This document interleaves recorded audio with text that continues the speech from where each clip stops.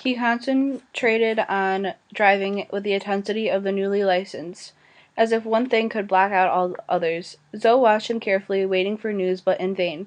She wanted to say something, anything, to break the silence, but couldn't think of an opening remark. Then they were there. People always talked about having the smell of hospitals, hating the smell of hospitals. As they went up in the elevator, Zoe thought this one smelled rather pleasant, like evergreen or something. It was irritating that there should be anything to like. She worried a piece of paper in her coat pocket to shreds. At the door she hesitated, afraid to go in. What does Mom look like this time, she wondered. Her father opened the door for her, and she had to step inside. Zoe's throat seemed to close up when she saw her mother, a fragile, stick figure in the bed, with her arms more bruised than ever from the needles and tubes. Mom, she said in a slightly cracked voice. Eyelashes fluttered, and her mother opened her eyes. She smiled weakly, and her skin, dry as old parchment, crackled with the effort. Zoe, she whispered back in a voice just as cracked. Darling. The bed whined as she moved it to a sitting position. Zoe's gaze looked around the room. She was repelled once more by the institutional green walls, barely relieved by a drab forest scene, and a calendar that marked off the days for the record keepers. Her mother's name was in a slot above the bed, so each impersonal shift would know who she was.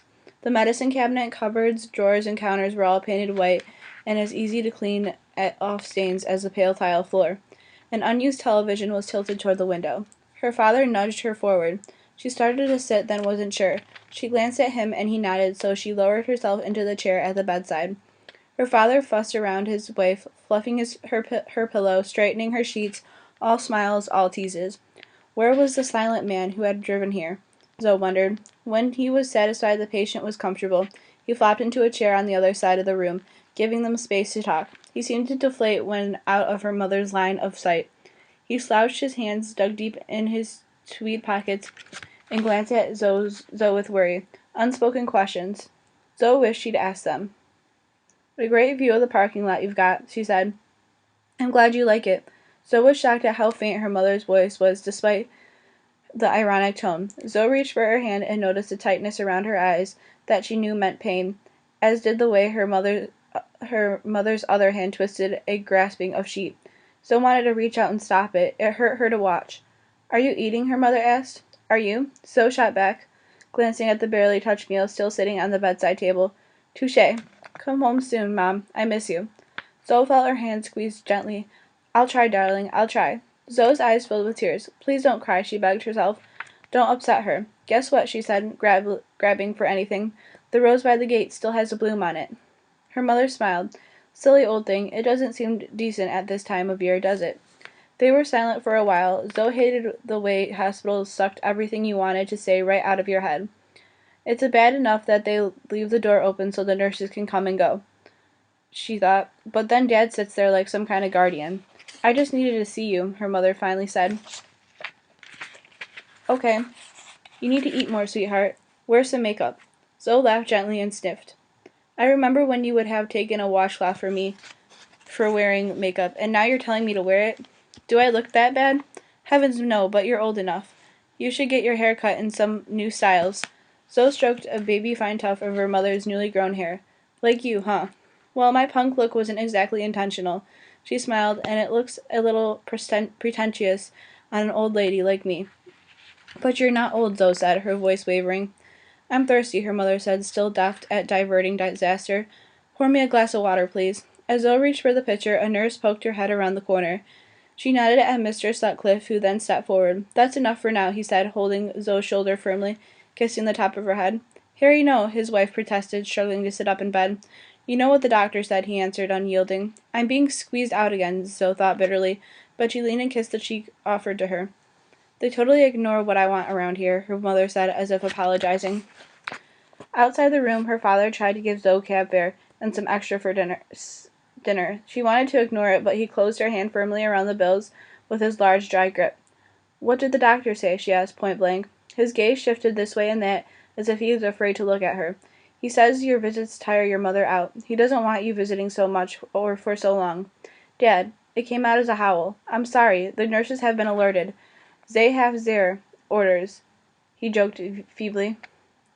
Don't you have any say? She asked. He finally looked in her eyes. "So, I think seeing you does your mother good, but he's the doctor. Let's try it his way for a while. I want what's best for her." "So you're on his side?" He cut off her protest with a gentle finger to her lips. "Get some pizza, invite Lorraine over to keep you company," he said. "I'll stay for a bit longer." He stroked her cheek and left her in the hall. What if I screamed and cried and made a fuss, she thought. What if I had a tantrum and begged them not to send me away? But she couldn't do that to them. She bit her lip and turned away. Outside she found one of the cabs that always lingered there. She rode home worrying about how much to tip, so she wouldn't have to think about her mother or anything or another empty evening. She paid the cab driver in front of her house, but when she got to the front door she couldn't bring herself to fumble the key in the lock. She shoved it back into her jacket pocket. "I can't face the silence right now," she thought. "It's suffocating." She went to the park and watched the children play until they were all called away to dinner. It was company of sorts, yet undemanding. A few stragglers came back to defy the dusk curfew on the playground, but as the shadows became deeper and the lights came on, even they were called back to warm beds and houses full of parents, brothers, sisters, and blaring TV sets. "I wish I had a brother or a sister," she thought. "Someone to take charge. I don't want to have to be responsible. I hate doing laundry. I hate having to remind Dad the phone bills due. Mom's always looked after us." The old anger rose. She thumped her knee gently with her fist, as if to subdue it. She thought she'd gotten over that. "It's not her fault," Zoe told herself. "It's stupid to think that she's not going away on purpose. But Dad's going to be a vegetable. Who's going to look after me?" A cold breeze swept through the park, and clouds blew across the early moon. Zoe pulled up her denim jacket closer around her. It was time to get the heavier coats out from the storage closet upstairs. She shivered suddenly as if ice trickled down her spine. "It's a beautiful night," came a soft voice beside her. She turned swiftly, heart pounding. A young man sat there. The lamplight outlined him against the dark bushes behind like a ring of frost around the moon. He smiled at her as a cat smiles, with secret humor. "You scared me," she whispered fiercely. Who was this person invading her bench? "I'm sorry," he said, but he didn't look it. She recognized him then, from last night. As if he saw this, he said, "We're even now. You scared me." "Why should you be scared?" she demanded. "It's you creeping up on people." "Why should you be?" he asked. Zoe bristled defensively. "I don't like evasive conversation." "Do you like any conversation?" "No, I want to be alone." "I think you are alone." He reached for her hand. She snatched it away and stood up. How dare he be right then, take advantage of it? He seemed surprised for a second, but then his smile deepened, and a dreamy look was on his face. "Please stay," he said, in tones soft as a lullaby. His eyes were huge, dark, and gentle. She hesitated for a moment. He seemed so understanding. Surely she could talk to him. Then her anger surfaced again. The manipulative jerk, she thought. "I don't know what you're after," she said, "but you can look for it somewhere else." She turned and walked firmly away.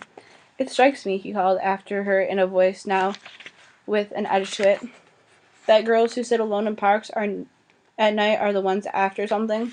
She was so furious. She could have screamed. She almost turned, but no. She thought, "That's what he wants." She walked on. Her anger carried her home before she knew it. Strangely, it made her hungry. She ate better than she had in weeks. She hesitated once between mouthfuls with a feeling of dread. Was he weird? Would he have hurt her? No. He looked like an angel in a Renaissance painting. Could beauty hurt?